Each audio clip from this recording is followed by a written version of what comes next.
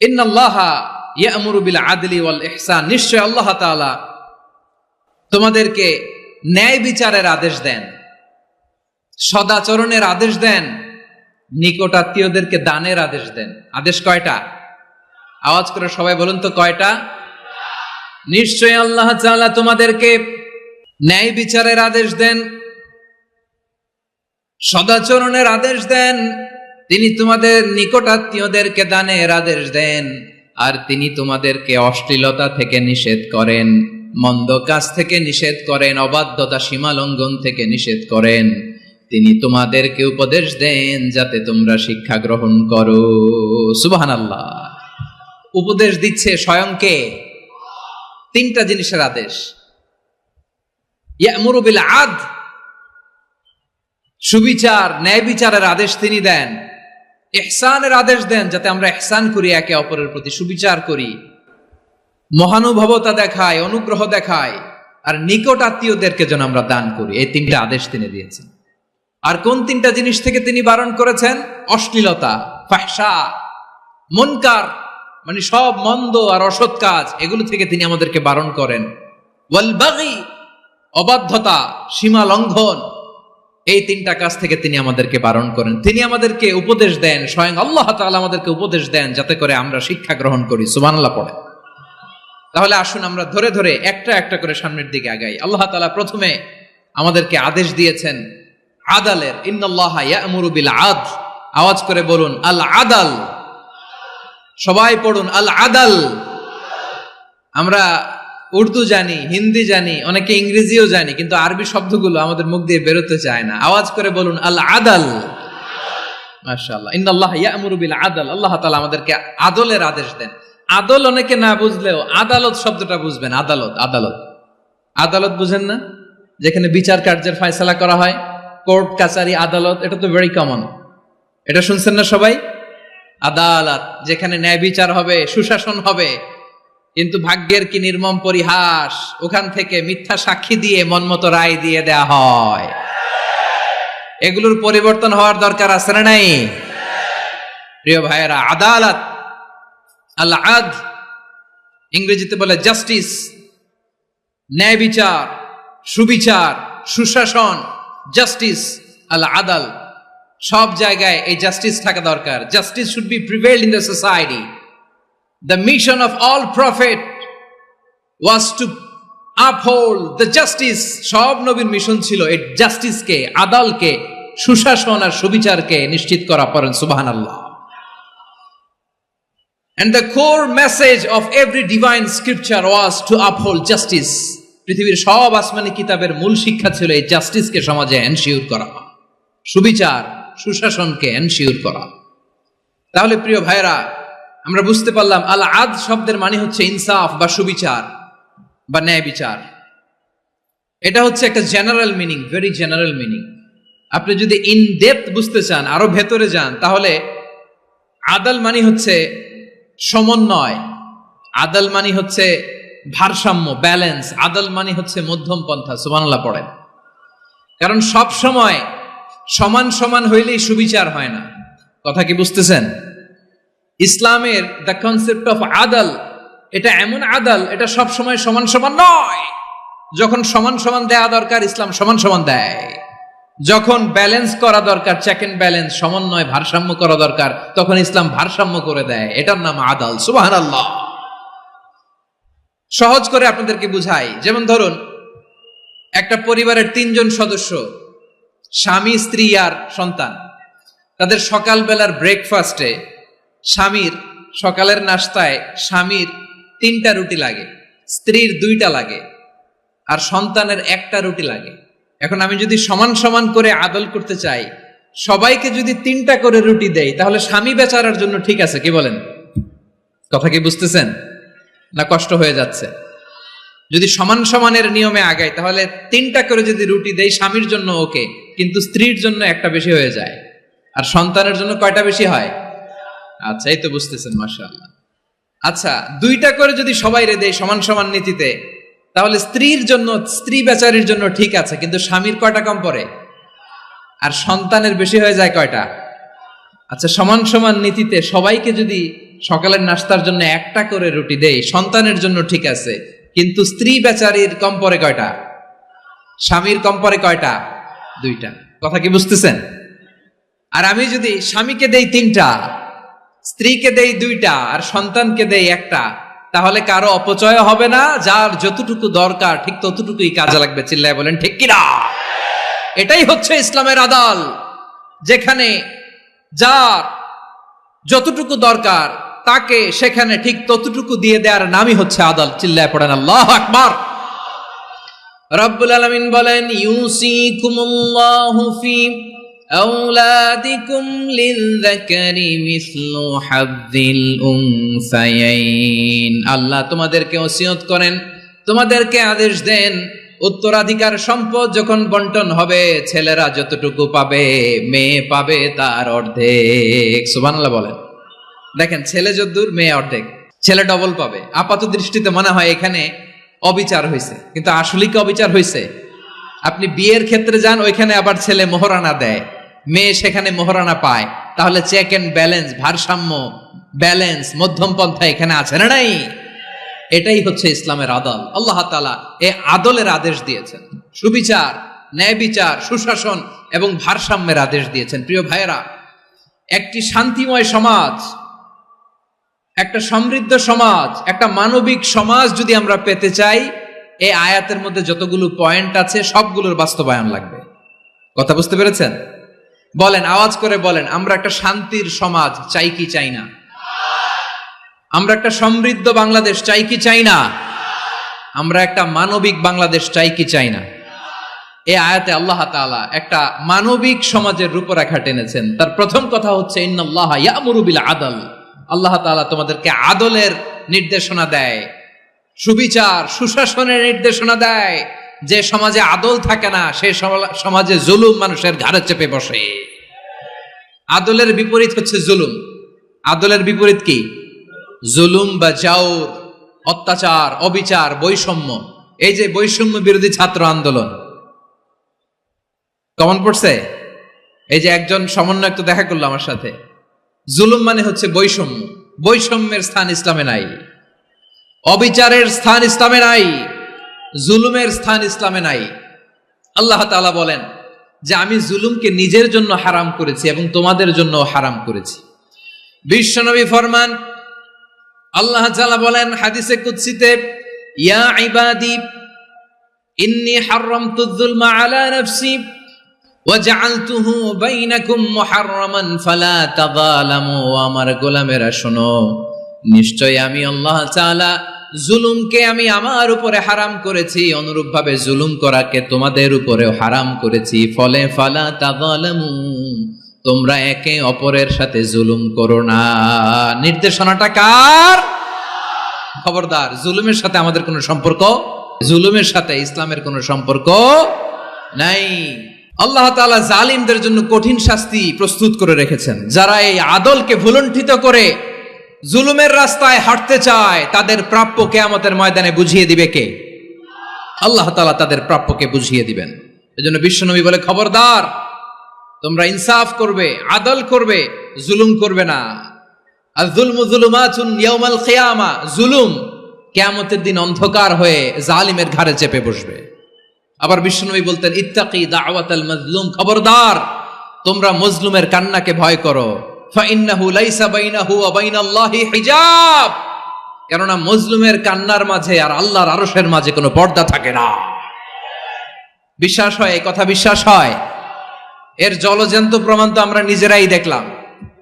হ্যাঁ, মজলুমের কান্না ফুলে ফেপে মহিরুহ হয়ে, পাহাড়ের মতো হয়ে, বিস্ফোরিত হয়ে জালিমের মসনদকে ছারখার করে দিয়েছে। এর প্রমাণ তো আমরা নিজেরাই তো দেখলাম। জালিমের পরিণতি কি হয় আমরা জীবদ্দশাই তো দেখলাম। এমনও কোনো জুলুম নাই যে হয় নাই, ঠিক কিনা বলেন? আহারে জুলুম, আহারে জুলুম। রিসেন্টলি আয়না ঘরের কিছু ছবি প্রকাশিত হয়েছে সোশ্যাল মিডিয়ায়, দেখেছেন আপনারা? হ্যাঁ, ছোট্ট একটা জায়গা, স্বাধীন মানুষকে প্রাণীর মতো, পাখির মতো খাঁচায় বন্দি করে রেখেছে। কখন দিন কখন রাত কিচ্ছু জানে না, কখন দিন কখন রাত কিছু জানে না, বছরের পর বছর কেটে গিয়েছে। এক্সট্রা জুডিশিয়াল কিলিং এর কোনো হিসাব নাই, বিচার বহির্ভূত হত্যা, এনফোর্স ডিসঅ্যাপিয়ারেন্স, গুম, যেটা সবচাইতে বড় মানবতা বিরোধী অপরাধ। কত মানুষ যে গুম হয়েছে তার কোনো ইয়ত্তা নাই। যেই ফ্যামিলির সদস্য গুম হয়েছে তারা কি ওই লোকটার জন্য মাগফিরাতের দোয়া করবে নাকি সুস্বাস্থ্যের দোয়া করবে তারা নিজেরাও জানতো না, কারণ জানে না ও বেঁচে আছে না মরে গেছে। আহা, বিডিআর নওজোয়ানদের যারা ছাড়া পেল দেখলাম, বিনা অপরাধে, কোনো অন্যায় ছাড়া, অপরাধ ছাড়া তাদের জীবন থেকে, তাদের তারুণ্যের, তাদের যৌবনের 15 বছর, 16 বছর, 17 বছর নাই, 6 মাস বয়সের ছোট বাচ্চাকে রেখে জেলে গেছে। 6 মাসের মেয়ে বেরোয় দেখে মেয়ের বয়স 17 বছর। মেয়ে বাবারে চিনে না, বাবা মেয়েরে চিনে না। মেয়েকে এখন বিয়ে দিয়ে আরেক ছেলের হাতে তুলে দিবে। মেয়ের শৈশব বাবা দেখে নাই, মেয়ের কৈশোর বাবা দেখে নাই, মেয়ের তারুণ্য দেখে নাই। আরেক যুবককে দেখলাম 14 বছরের 14 দিনের সংসার, 2 সপ্তাহের সংসার শেষে জেলে গেছে। কত যুবকের যে স্ত্রী চলে গিয়েছে ফ্যামিলি ছেড়ে, কারণ জানে না তো কবে আসবে, কি হবে, কেউ জানতো না। দাম্পত্য জীবনের মাত্র 14 দিনের স্মৃতি, এই স্মৃতিকে আঁকড়ে ধরে এক বোন 16টা বছর, 17টা বছর কাটিয়ে দিয়েছে। আমি নিউজটা দেখে ভাবলাম, আমার এই বোনের প্রতিটি দিন কিভাবে কেটেছে, প্রতিটি রাত কিভাবে কেটেছে, প্রতিটি ক্ষণ কিভাবে কেটেছে। বিশ্বনবী বলেছেন, ইত্তাকি দাওয়াতাল মাজলুম ফাইন্না লাইসা বাইনাহু ওয়া বাইনাল্লাহি হিজাব। মাজলুমের কান্নাকে ভয় করো, কারণ মাজলুমের কান্না আর আল্লাহর মাঝে কোনো পর্দা থাকে না। আমরা আর এরকম কোন জুলুম বাংলাদেশে দেখতে চাই না, জোরে বলেন ঠিক কিনা? আর কেউ নতুন করে জালিম হোক আপনারা চান? আবার নতুন করে কেউ ফ্যাসিস্ট হোক আপনারা চান? এক দল আরেক দলকে নিশ্চিহ্ন করার রাজনীতিতে মেতে উঠুক, এটা আপনারা চান? আমরা বাংলাদেশকে আদল দিয়ে সাজাতে চাই। আমরা এই 56,000 বর্গ মাইলের প্রতিটা ইঞ্চি মাটিকে কোরআনের আইন দিয়ে সাজাতে চাই। রাজি আছেন আপনারা? কারা কারা রাজি দেখান হাত তোলে আল্লাহকে।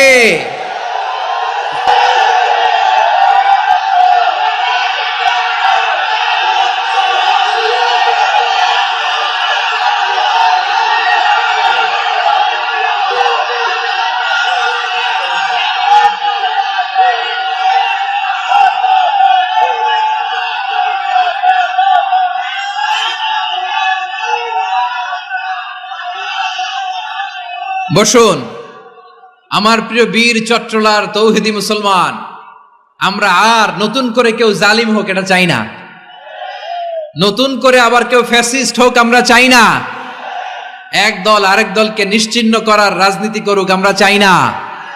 আমরা সুশাসনের বাংলাদেশ চাই,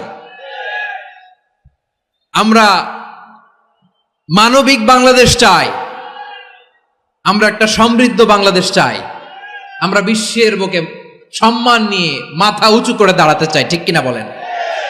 আল্লাহ বললেন, এটা যদি তোমরা চাও, একটা সমৃদ্ধ সমাজ যদি বিনির্মাণ করতে চাও, মানবিক সমাজ যদি বিনির্মাণ করতে চাও, আমি তোমাদেরকে সেজন্য প্রথমে আদালতের নির্দেশ দিলাম। ইন্নাল্লাহা ইয়া'মুরু বিল আদল, নিশ্চয় আল্লাহ তাআলা তোমাদেরকে ন্যায় বিচার, সুশাসন এটার আদেশ দেন। সুবহানাল্লাহ।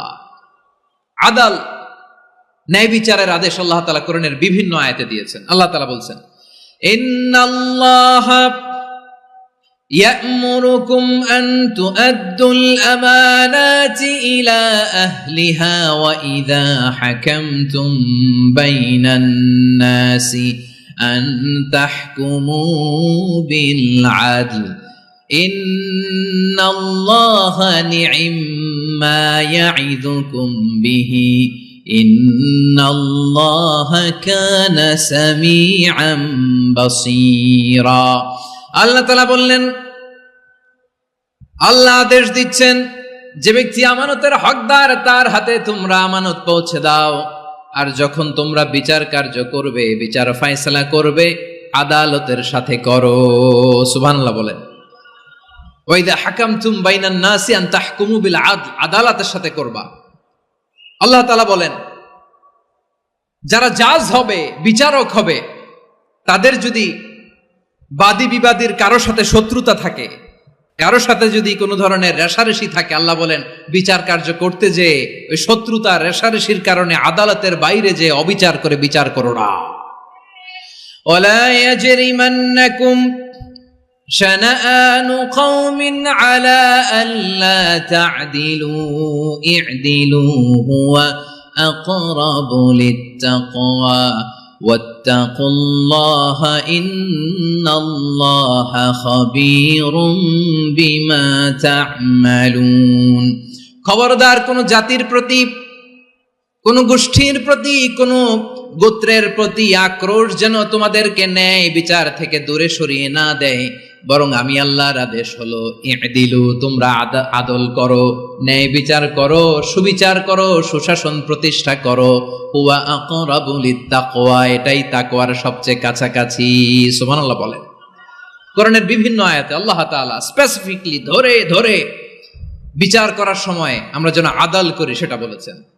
কোরআনের কোন কোন জায়গায় আল্লাহ তাআলা এই আল আদল শব্দটা ব্যবহার করেছেন। আবার একই জিনিস ইনসাফ, সুবিচার, সুশাসন, ন্যায় বিচার, ন্যায় পরায়ণতা বুঝাতে আল্লাহ তাআলা কখনো কখনো আল কিসত শব্দটা ব্যবহার করেছেন। আওয়াজ করে সবাই বলুন আল কিসত। প্রিয় ভাইরা, সবাই আওয়াজ করে আমার সাথে সাথে বলুন আল কিসত। আল্লাহ তাআলা বলেন ওয়া ইন হাকামতা ফাহকুম বাইনাহুম বিল কিসতি ইন্নাল্লাহা ইউহিব্বুল মুকসিতিন। যখন তুমি বিচার করবে, বিশ্বনবীকে উদ্দেশ্য করে অ্যাড্রেস করে বললেন, নবী হে, ইহুদিরা কোনো বিষয়ে মীমাংসার জন্য যদি আপনার দরবারে আসে, যদি বিচার করতে হয়, খবরদার অবিচার করবেন না। ফয়সালা যেটা করবেন কিসতের সাথে করবেন, ন্যায় পরায়ণতার সাথে করবেন, কারণ ইন্নাল্লাহা ইউহিব্বুল মুকসিতিন, নিশ্চয় আল্লাহ রাব্বুল ইজ্জাত ন্যায় পরায়ণশীলদেরকে বড্ড ভালোবাসেন। সুবহানাল্লাহ বলেন। ন্যায় পরায়ণ লোকদেরকে আল্লাহ তাআলা বড্ড ভালোবাসেন। অন্য আয়াতে আল্লাহ তাআলা বলছেন وَنَضَعُ الْمَوَازِينَ الْقِسْطَ لِيَوْمِ الْقِيَامَةِ فَلَا تُظْلَمُ نَفْسٌ شَيْئًا। আমি কিয়ামতের দিন ন্যায় পরায়ণতার মানদণ্ড স্থাপন করব, যেটাকে আমরা মিজানের পাল্লা বলি। আল্লাহ বলেন ন্যায় বিচারের মানদণ্ড কিয়ামতের ময়দানে আমি আল্লাহ স্থাপন করব। সেদিন কারো প্রতি বিন্দু পরিমাণ, এক চুল পরিমাণ অবিচার করা হবে না, কোনো অবিচার করা হবে না। সেদিন সুশাসন হবে, সুবিচার হবে, ন্যায় পরায়ণতার সাথে বিচার হবে। আওয়াজ করে পড়েন আল্লাহু আকবার। তাহলে প্রিয় ভাইরা, যে তিনটি বিষয়ে আল্লাহ তাআলা আমাদেরকে আদেশ দিয়েছেন, তার প্রথমটা হচ্ছে আদালত, ইনসাফ, সুবিচার, ন্যায় বিচার। এটা আমরা চাই কি চাই না? বিশ্বনবী ন্যায় বিচার, ন্যায় পরায়ণতা, সুশাসন প্রতিষ্ঠিত করেন কি করেন নাই? আপনারা বিশ্বনবীর সিরাত যারা পড়েছেন, আপনি দেখবেন বিশ্বনবীর সিরাতের পরতে পরতে, বাঁকে বাঁকে, সিরাতের বাঁকে বাঁকে এই আদালতের নমুনা মেলে। সুবহানাল্লাহ বলেন। ছোট্ট একটা নমুনা রাসূল সাল্লাল্লাহু আলাইহি ওয়াসাল্লামের আসসিরা আল আতরা থেকে ছোট্ট একটা নমুনা আপনাদের খেদমতে এখানে উপস্থাপন করি। বিশ্বনবী সাল্লাল্লাহু আলাইহি ওয়াসাল্লাম মক্কা বিজয় করলেন ৮ম হিজরিতে। মক্কা বিজয় শেষে তিনি কয়েক সপ্তাহ মক্কাতে অবস্থান করলেন। ইন দ্য মিন টাইম মক্কার একটা ভেরি প্রেস্টিজিয়াস এন্ড ডিগনিফাইড ফ্যামিলির নারী চুরিতে ধরা পড়ল। কিসে ধরা পড়ল? সবাই বলেন কিসে? আমাদের সমাজে আসেনি এটা? আছে? ছোট না বড়? হ্যাঁ, হিসাব করে শেষ করা যায় না। ৩.৫ লাখ কোটি টাকা নাই উন্নয়ন প্রকল্পের নামে। উন্নয়ন প্রকল্পের নামে ৩.৫ লাখ কোটি টাকা নাই। ৩.৫ লাখ কোটি টাকা লিখতে পারবেন আপনি? এক টানে লিখতে পারবেন? বুঝতেছেন কত বড় সংখ্যা? বনু মাখজুমিয়া গোত্রের এক নারী মক্কায় চুরিতে ধরা পড়ল। বলেন তো চুরি করলে বিধান কি? কি কাটতে হবে? চুরির বিধান হলো হাত কেটে দাও। তাও সেটা গোপনে নয়, প্রকাশ্যে জনসম্মুখে হাত কেটে দাও।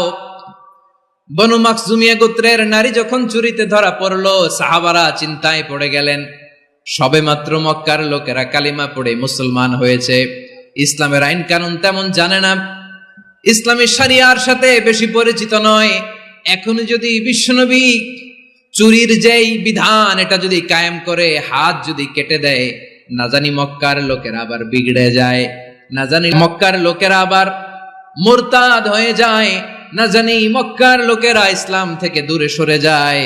চলো চলো, সাহাবীরা মিলে পরামর্শ করলেন, চলো বিশ্বনবীর কাছে যে বলি, ও নবী, শুধু কেবলমাত্র একমাত্র এই নারীর জন্য চুরির হাত কাটার বিধানটা আপনি একটু থামিয়ে দেন। চুরির হাত কাটার যে বিধান এইখানে একটু রহিত করে দেন, বাকিগুলা কইরেন মদিনাতে যে চলবে, কিন্তু মক্কায় এবারের জন্য মাফ করে দেন। কিন্তু কে বলবে? এই যে পরামর্শ, সাজেশন, এটা কে দিবে বিশ্বনবীর কাছে? সাহাবারা চিন্তায় পড়ে গেলেন। আল্লাহর নবীর সামনে দাঁড়িয়ে আল্লাহর দেয়া হুদুদ, আল্লাহর দেয়া বিধান থামিয়ে দেওয়া, মাফ করে দেওয়া, এই কথা বিশ্বনবীর সামনে বলার সাহস তো কেউ রাখে না। কেউ কেউ বলল, বিশ্বনবীর পালক পুত্র যায়েদ বিন হারেসার সন্তান উসামারে বিশ্বনবী নাতির মতো আদর করে, বড্ড বেশি ভালোবাসে উসামারে। এজন্য সাহাবারা উসামাকে বলতো হিব্বু রাসূলিল্লাহ, বিশ্বনবীর ভালোবাসা। কি বলতো? সাহাবীরা বললেন, বিশ্বনবীর ভালোবাসা হিব্বু রাসূলিল্লাহ, উসামারে পাঠাও। উসামারে বিশ্বনবী নাতির মতো স্নেহ করে, মায়া করে, ভালোবাসে। আমরা পারবো না, উসামা পারবে। সবাই মিলে ফুলিয়ে ফুসিয়ে উসামাকে, ছোট্ট উসামাকে রাজি করালো। উসামা এমন এমন কথা যে তুমি বিশ্বনবীর কাছে বলতে হবে, পারবা নাকি? উসামা বলে, পারবো। সাইয়েদনা উসামা রাদিয়াল্লাহু তাআলা আনহু তরুণ সাহাবী বিশ্বনবীর কাছে গেলেন, যে বললেন, নবী, বনু মাখজুমিয়া গোত্রের এক নারী চুরিতে ধরা পড়েছে, এবারের জন্য কি এই মহিলাটারে মাফ করে দিলে হয় না? এবারের জন্য একটু ক্ষমা করা যায় না নবী? বিশ্বনবী বলেন, আতাশফাউ ফি হাদ্দিম মিন হুদুদিল্লাহ, তোমার এত বড় সাহস উসামা, তুমি আল্লাহর হাত, আল্লাহর দেয়া বিধান, এটার ব্যাপারে সুপারিশ করতে এসেছো? তোমরা কি জানো তোমাদের আগে যত কওম, যত গোত্র, যত জনপদ ধ্বংস হয়েছে তার কারণ ছিল তাদের মধ্যে গরিবরা অন্যায় করলে তারা বিচার করত, আর ধনীরা অন্যায় করলে তারা মাফ করে দিত। খবরদার! ওয়া আইমুল্লাহ লাউ আন্না ফাতিমাতা বিনতি মুহাম্মাদিন সারাকাত লাকাতা মুহাম্মাদুন ইয়াদাহা। বিশ্বনবী বললেন, ওরে উসামা, বানু মাখজুমিয়ার ওই প্রেস্টিজিয়াস এন্ড ডিগনিফাইড ফ্যামিলির মেয়ে তো দূর কি বাত, অনেক দূরের কথা। জেনে রেখো উসামা, আমার কলিজার টুকরা, নয়নের পুটুলি ফাতেমাও যদি মক্কার জমিনে আজকে এই চুরির দায়ে ধরা পড়তো, আমি বিশ্বনবী মুহাম্মাদুর রাসূলুল্লাহ ধরে ফাতেমার ডান হাতটা কেটে দিতে এক বিলম্ব দেরি করতাম না। ইন্নাল্লাহা ইয়া'মুরু বিল আদল, আমাদেরকে জাস্টিস শিখায় পশ্চিমারা, আমাদেরকে ইনসাফ শিখায়, আমাদেরকে সুশাসন শিখায়। আর ইনসাফ, সুশাসন, ন্যায় বিচার, সুবিচার, জাস্টিস কারে বলে বিশ্বনবীর বায়োগ্রাফি থেকে জেনে নাও। এই ছিল বিশ্বনবী সাল্লাল্লাহু আলাইহি ইসলামের আদালতের নমুনা। আপনি যদি সাইয়েদনা ওমর ফারুকের জীবনের দিকে তাকান, এমন কঠোর, এমন বীর সেনানী ছিলেন। সাইয়েদনা ওমর ফারুক যদি রাস্তার এই মাথা দিয়ে হাঁটা শুরু করতেন, শয়তান ওমর ফারুককে দেখলে ওই রাস্তা রেখে দিয়ে অন্য রাস্তা দিয়ে হাঁটতো। সুবহানাল্লাহ। ওমর ফারুক রাদিয়াল্লাহু তাআলা আনহু কি পার্সোনালিটি ছিল, কি পার্সোনালিটি! আমাদের এলাকায় ছোট বাচ্চারা রাতে ভাত খেতে চায় না, আমার মেয়েটাও খেতে চায় না। এই এটা দিব, ওইটা দিব, আজকে মাহফিলে আসার সময় বলে দিছে লিস্ট করে, এটা এটা আনতে হবে। তো ছোট্ট বাচ্চাদের অনেক বায়না থাকে, ওরা রাতে খেতে চায় না। তো মায়েরা বিভিন্ন ভয় দেখায়, এই বাঘ আসবে, বাঘ আসবে খাও, এই ভূত আসবে, ভূত আসবে খাও। আপনারা কি বলেন চট্টগ্রামে?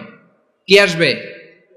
হ্যাঁ, ভূত, ভূত, ভূত আসবে, বাঘ আসবে, খাও খাও খাও, তাড়াতাড়ি খাও। তো বাচ্চারা এগুলো শুনে ভয়ে খেতে শুরু করে। মদিনার জমিনেও একই ঘটনা ঘটতো। মদিনার ছোট্ট ছোট্ট সোনামণিরা খেতে চাইতো না, তো মায়েরা বলতো, হা হুয়া ইয়াতি উমর, হা হুয়া ইয়াতি উমর, ওই যে উমর আসতেছে, উমর। ওমরে ফারুকের কথা শুনলে বাচ্চারা একেবারে ঠান্ডা। সুবহানাল্লাহ পড়বেন না?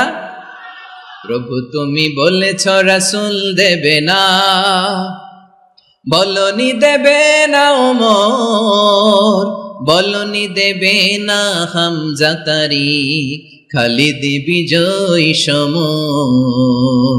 প্রভু তুমি বলেছ রাসূল দেবে না, বলনি দেবে না ওমর, বলনি দেবে না হামজা তারিখ, খালিদ বিজয় সমর, প্রভু তুমি বলেছ রাসূল দেবে না।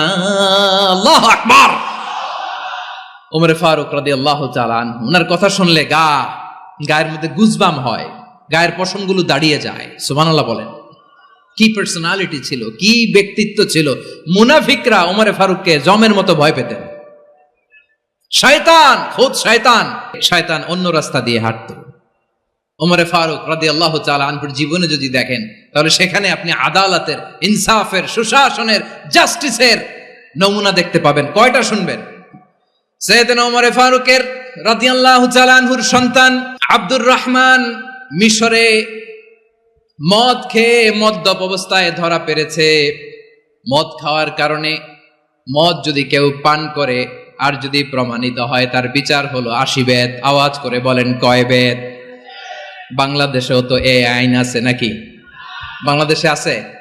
হ্যাঁ, মদ খাইলে 80 বেত, এই আইন বাংলাদেশে চালু হোক। আমরা চাই কি চাই না? চাই সবাই। এজন্যই তো ইসলাম ভাল লাগে না। ইসলামকে ভাল লাগে না। ইসলামকে আউট করে রাখতে পারলেই তো এরকম বড় বড় বোতল খাওয়া যায়। একেবারে সহজ, পানির মতো সহজ হিসাব, একেবারে সহজ। ওমর ফারুক রাদিয়াল্লাহু তাআলা আনহুর ছেলে ভুল করে মদ পান করে ফেলেছিলেন। আব্দুর রহমান, ঘটনা ঘটেছে মিশরে।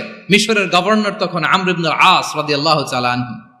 আব্দুর রহমানের ভাই যে গভর্নরকে বলল, গভর্নর যদি একটু দয়া করেন, খলিফার ছেলে আমার ভাই আব্দুর রহমান মদ্যপ অবস্থায় ধরা পড়েছে, জনসম্মুখে যদি আপনি বেত্রাঘাত করেন আমাদের প্রেস্টিজ থাকে না, যদি 80 বেত আপনি মারেন আমার কোনো কথা নাই, কিন্তু ঘরের ভেতরে মারেন।